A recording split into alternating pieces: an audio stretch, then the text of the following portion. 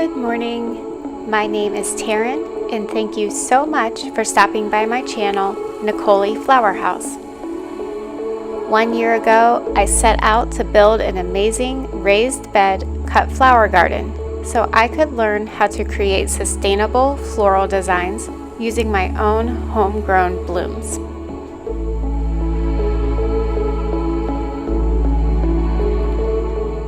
This week, I'm harvesting dahlias, zinnias, and celosia for some garden flower arrangements. I'm also taking branches from my shrubs and a lot of gomphrena to try out a wreath project you will see at the end of this video. As far as the seedlings I planted a few weeks ago, looks like most of the vegetables are germinated and doing well. For the flowers, the calendula, poppies, cress, and sweet peas are also coming along. I have a few snapdragons, bachelor's buttons, and carnations, but not very many. And all the flower seedlings are very small and progressing really slowly. So I'm thinking I'm not going to get any blooms before winter sets in. It's been pretty chilly here overnight, and that's probably why.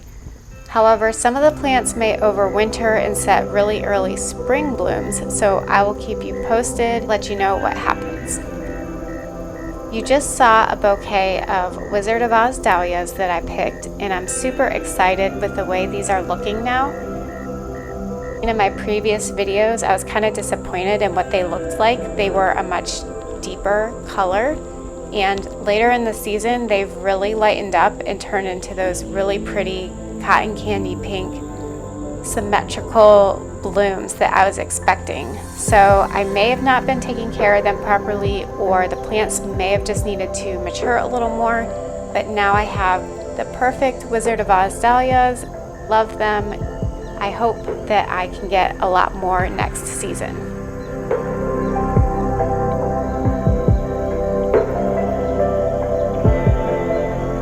On the to-do list for next week is going to be my dahlia cutting project. I'm going to take a bunch of cuttings from my current dahlias and root them in seed trays. I've had some success doing this in the past, so I'm hoping I will do well with it again. I'm doing this so I have some backup plants in case I lose my tubers to cold weather, since I am not storing them inside this year. I'm also planning on starting the Dahlia Patch build in the next few days. I'm going to have a total of 6 garden boxes dedicated to them. Each one will be 10 feet long by 3 feet wide and 10 inches tall. Once those are in place, they will need soil and mulch, and finally I'm going to add hoops and wire mesh to support the plants, which will keep them upright for the next season. Hopefully this gives me much healthier plants with more upward growth than I had this year. That should make harvesting easier and give me taller and straighter stems for cutting. I'm really looking forward to getting this project going. Once these boxes are built, I'll just have 2 more to move from the back of the property up to the main garden space. At this point, I won't be making any changes to the garden layout until at least next year, but hopefully longer. I'm intentionally keeping the garden smaller than I had originally planned. I've noticed a lot of really amazing gardeners and homesteaders out there really expanding their spaces and growing way more flowers and food than before. And while I still admire their gardens and effort, I recently have found it hard to relate to them. At first, I wanted to follow in their footsteps and do the same thing. But as my garden grew bigger and bigger, I lost the enjoyment in the process. I really don't like a fast-paced situation where I was missing all the important time windows to get things done. I never fell into any kind of rhythm, and I was always weeks behind and could not keep up. So I decided to go against the trend and cut back. I changed my focus from high volume production to the beauty of the flowers. If the zen of the garden is gone, I know I have lost my way. All of our gardens will always be different from each other. Each garden is as unique as its gardener. This diversity is something to be admired, and we should try our best not to let it spark comparison. My garden is not a flower farm or a homestead, but a creation unique to my own wishes. The changes I'm making to bring it down to a smaller footprint makes me happy. I can't wait to see what next spring will bring. New blooms and a new serenity to the space. I know this smaller footprint will give me more than my previous version because I'll be able to take care of it much better. It won't be neglected, and it will continue to be the bright spot in my day. Notable changes for next year include placing deer-resistant plants around the perimeter, planting tall flowers in boxes that are closer to the ground so they don't tower over me, and designating certain boxes for annuals and others for perennials. Also, hopefully I can finally get a good watering and feeding routine to reduce stress on the plants and help improve insect resistance. Another thing I'm going to do is change this garden space that you see me working in now from an annual garden into a perennial garden. I want to keep mostly deer-resistant things up here. I'm also going to sneak in some of my food crops. There will be lavender, rosemary, boxwood, daffodils, alliums, garlic, leeks, and onions. Some sections will be wildflowers for the pollinators. I'm going to have a stone border and some iron fencing to add structure. I really love the style of a potager garden, and that's what I'm going for in this space. If you aren't familiar with potager gardens, you should give them some attention. It's basically the practice of creating a kitchen garden by mixing food with flowers, herbs, and fruit, while also emphasizing structure and lines for aesthetics. I'm very inspired by them, and I'm excited to bring some of their characteristics to this project.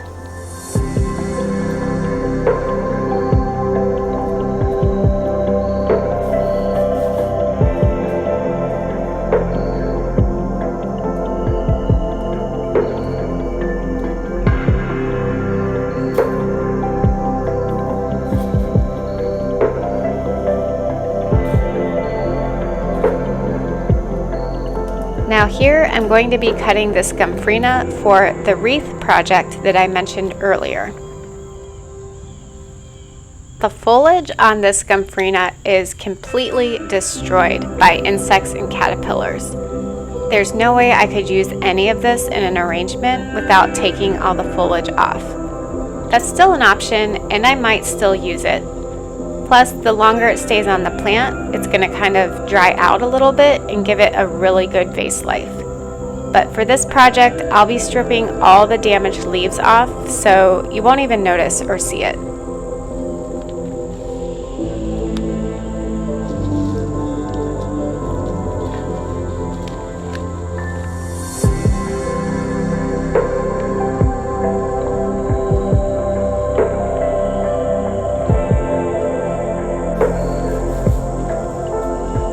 I also was going to include this celosia in the project, but when I went to cut it, there were so many pollinators on it that I just couldn't bring myself to cut it down. So I left it there for them, and I'm just going to do the gomphrena along with the shrub branches as the base.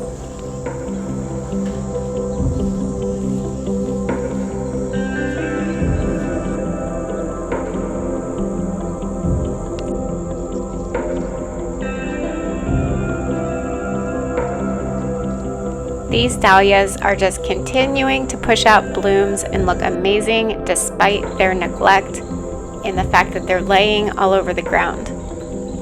For my dahlia cutting project, and when I move the tubers up to their new spots after the first frost, I'm really hoping that I can try to figure out which varieties are which, because I do have them all labeled.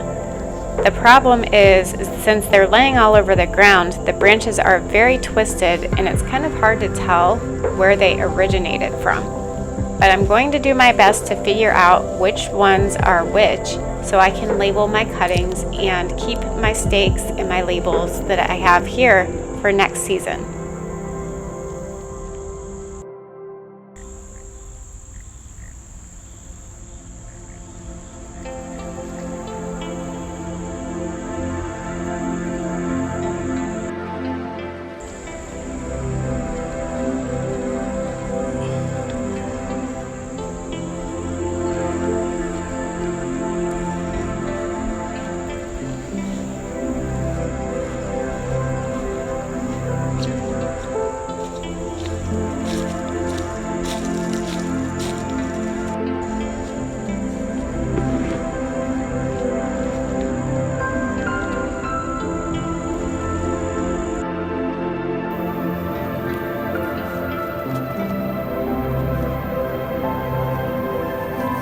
Now I'm prepping these shrub branches for the wreath project by stripping all the leaves and foliage off.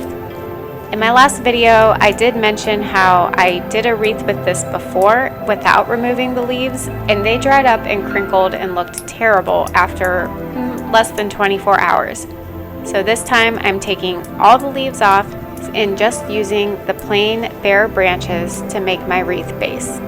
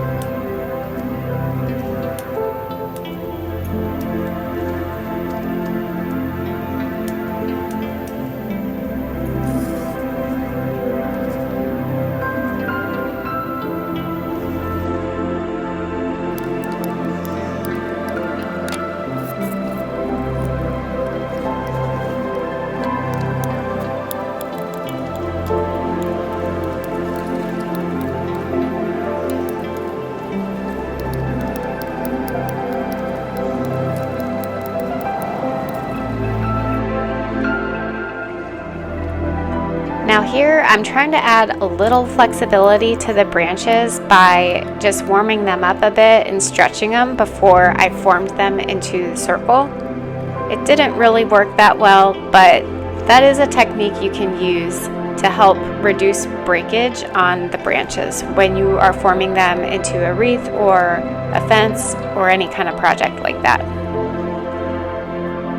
The branches weren't really cooperating with me and I wasn't getting the result that I wanted, but I just kept working with it. It's kind of hard not to panic in the beginning because when you start out with this shape, it doesn't really take form until you work with it for a while and add the branches and add more structure to it. So I try to take my time and not panic and just relax while I'm working, but sometimes it's kind of hard to do that.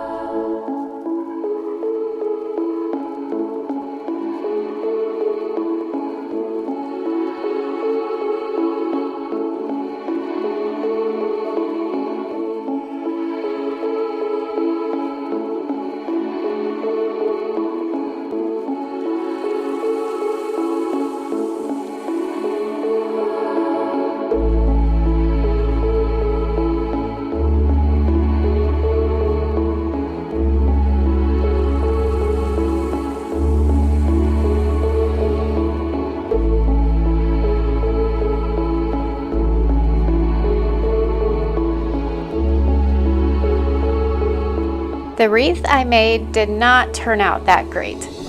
Since the branches were not a uniform thickness throughout, I couldn't form the base into a circle. The thicker end was much more rigid than the tops and would hardly bend, so I ended up with an oval shape. Also, I wanted to try to avoid using wire, so I wove the gomphrena throughout while it was still fresh and pliable. But then it just kind of turned out like a fluffy mess without any kind of structure to it. So I did have some leftover branches and gomphrena, and I'm letting them dry out, and I'll try this again later to see if it looks any better.